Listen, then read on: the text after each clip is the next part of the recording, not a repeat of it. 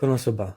Been trying to watch this anime for a while now, and finally, I had the time to indulge myself with its awesome animations, beautiful colors, and incredibly attractive females.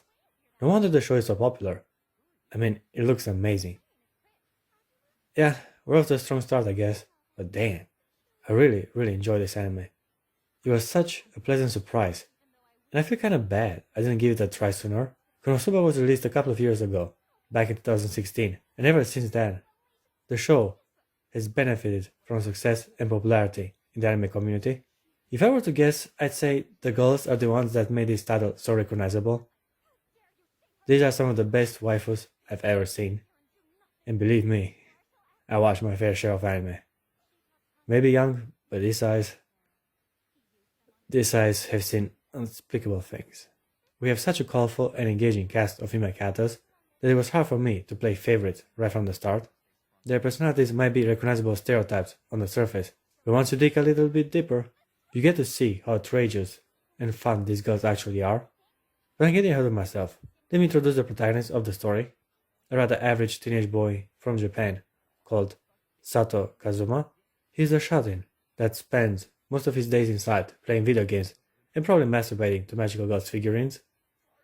Huh. I can relate to him already. Anyway, on one fateful morning, as he was on his way home from purchasing yet another video game, he dies. Well, this is also a rather common way of introducing a main character.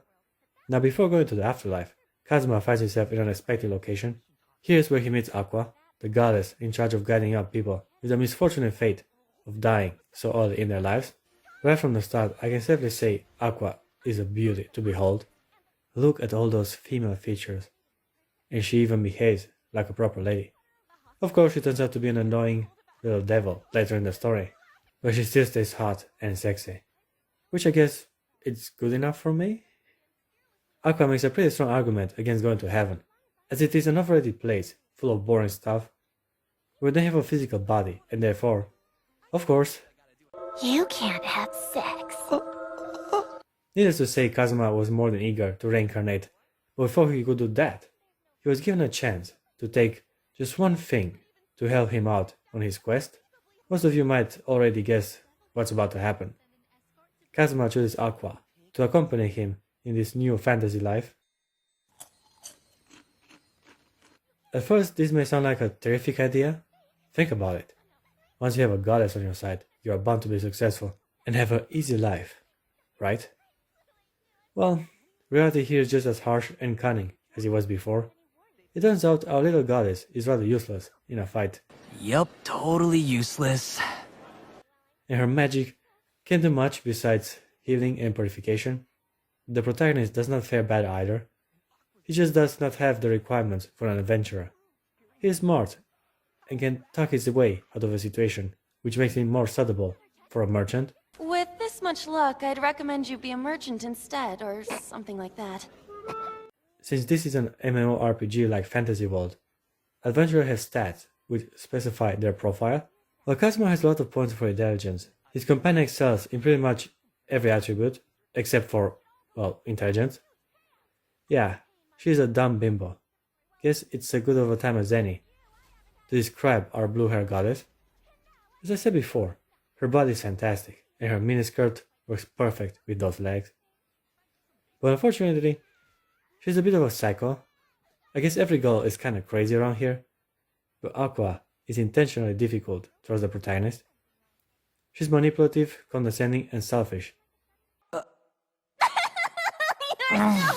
That faker!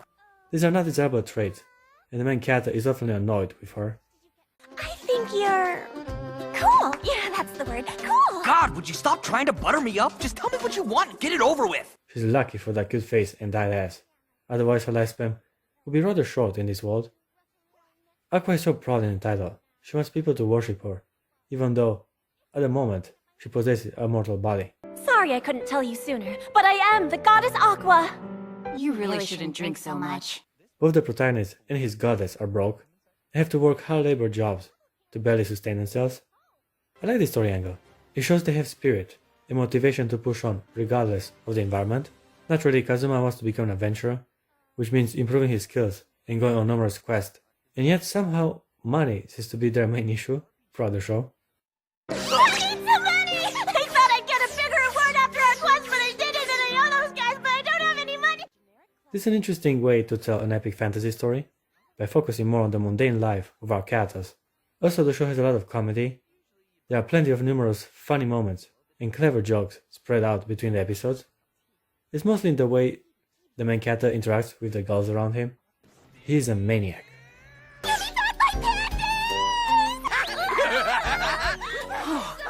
I was rather glad to have a more energetic protagonist. He's even smart, apparently. Just ended up being a shut-in for some reason. I was pleasantly surprised to see Kazuma dominate the females around him. Such a refreshing sight to see a guy actually take advantage of his powers. Things could get embarrassing and drafty for you. Here we go, ladies. Ever since he reincarnated, he wanted to become a hero. Kazuma thought he was about to start an epic journey, where he quickly raises to power and becomes the world's savior. Unfortunately for him, this didn't work out as he initially has planned. The main character is terribly disappointed in his goddess, as they made little to no progress in achieving their goal. I'm sick of working a part-time job! The boss yells at me if I don't sell all the croquettes! I promise I won't slack off! I'll be a good party member! Ever since the main character improved his stats, Aqua stayed the same, regardless of her level. No matter how much experience she gains, she will not improve a bit. Upon this realization, Kazuma himself started to take pity on her. Poor thing, she can level up, but her intelligence will always stay the same. Aqua is also the goddess of water, by the way. I mean, it was kind of obvious, given her Latin name and water magic she often performs. But she had to spell it out for the audience to hear. Are you blind? My eyes are blue, my hair's blue, I'm the goddess of water! Now that I've gotten these two lovebirds covered, it's time to also mention the other girls from the party. Second chick to join this odyssey of crazy is the young Crimson Fire Mage, Megumi. My name is Megumi! I am an arch-wizard who wields explosion! Apparently Aqua spread the word that they are in need of companions, and this lolly decided to join. She seems impressive at first. An arch-wizard is a pretty advanced class, and her fire magic seems incredibly devastating and powerful. But of course, there's a catch. She can only conjure a spell once a day, and afterwards, she faints on the ground. Apparently, nobody wanted her in their party. Big surprise. And the protagonist also tries to get rid of her as well. The last thing I need's another Aqua in my life. Megumi joins the party anyway, and often it proves useful throughout various events. She's petite and cute, gets easily flustered, and just adorable when scared. I also very much enjoy her epic poses and incantations. She's a mage and plays the part well. Additionally, I would also like to mention her attire. It's a pretty badass looking hat she got. Looks like the face of a frog, and her crimson outfit is perfect for her stature. Also, yeah, she wears black panties. Uh-oh. Now then, may I have my panties back? Usually I like the lollies the least, but here, she might just be the best waifu from the bunch. Competition is tough, by the way. Yeah, Aqua might be annoying and demanding, but she's stunningly hot. Last girl from the party is the proud, steadfast, and virtuous Crusader Knight called Darkness. A rather weird name for a good girl. She acts innocent and just, but all her altruistic actions are for her own satisfaction. Do you think I would put desire before duty?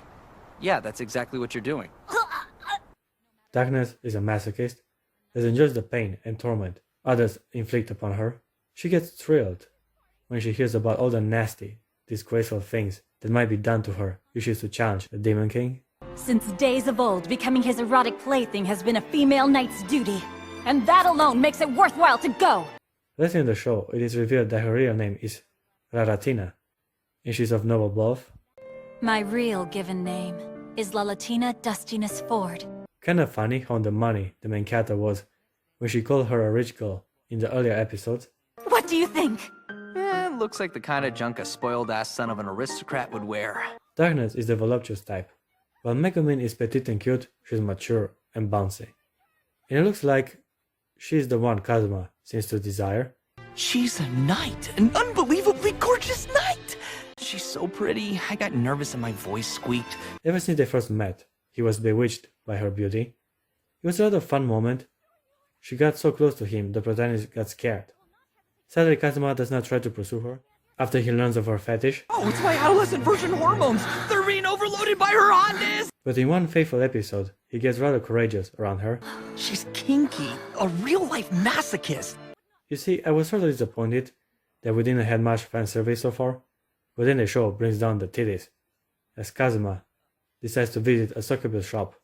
Kazuma is given the chance to express his fantasy in a dream, and he wants a mature, voluptuous woman to submit to him. It just so happens that instead of falling asleep, he thinks that reality is his fantasy, and darkness is the one he wants to play with. I like how chill he is about this endeavor. As morning came, he just admits to her he remembers all what happened between them. I like this guy. He's such a likable badass. Raratina should have been my main girl. I mean, she has the curls and the perverted mindset, and yet I can't stop but favor Megumi's innocence. Yeah, and Aqua is so hot when she's vulnerable. And as I said before, one of the best waifus ever for sale on the market. The show also has some surprisingly visually impressive fight scenes. Wasn't expecting for such entertaining and cool villains to appear, but Konosuba yet again manages to impress me. The end fight seems kinda forced and cliche, but even here, the anime managed to make the event fun and engaging. Alright guys, I give Konosuba an 8.5 out of 10. I really, really like this anime. Ask permission before you touch a girl! You creep, this is harassment! Hey, get your ass back here! Would you quit fighting me? You're lucky I don't touch your chest! You are even more sadistic than I hoped.